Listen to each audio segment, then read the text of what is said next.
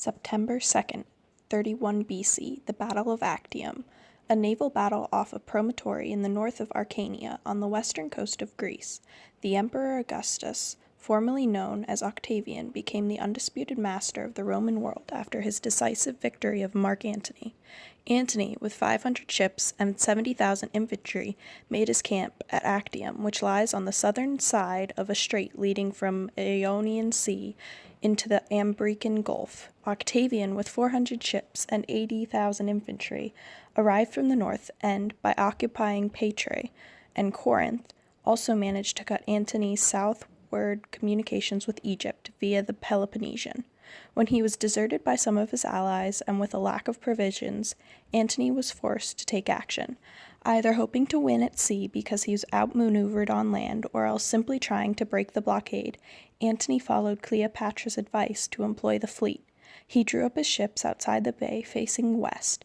With Cleopatra's squadron behind, the ensuing naval battle was hotly contested, with each side's squadrons trying to outflank the other, until Cleopatra took her Egyptian galleys and fled the battle. Antony then broke off and with a few ships managed to follow her.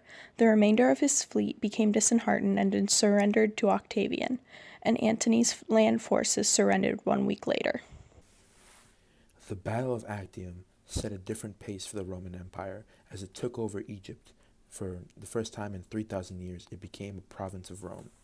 This led Octavian, who became Augustus, to become one of the best, arguably one of the best leaders Rome has ever had. After the battle, both Cleopatra and Antony committed suicide, and their children were taken back to Rome as captives to be paraded around the streets. Augustus was determined not to become like Julius Caesar, so he started SPQR, which means Senatus Populus Romanus, the Roman Senate and the people. Augustus introduced a range of public services, a police force, fire brigade, and then he reorganized the army and he allowed cities to have more rights of self-government. And during his time as a ruler, he expanded the Roman Empire and had ruled a peaceful and prosperous time, while advancing into territories such as Switzerland, Austria, and Bulgaria. It is stated by many historians that the Battle of Actium changed the world. The question is, how?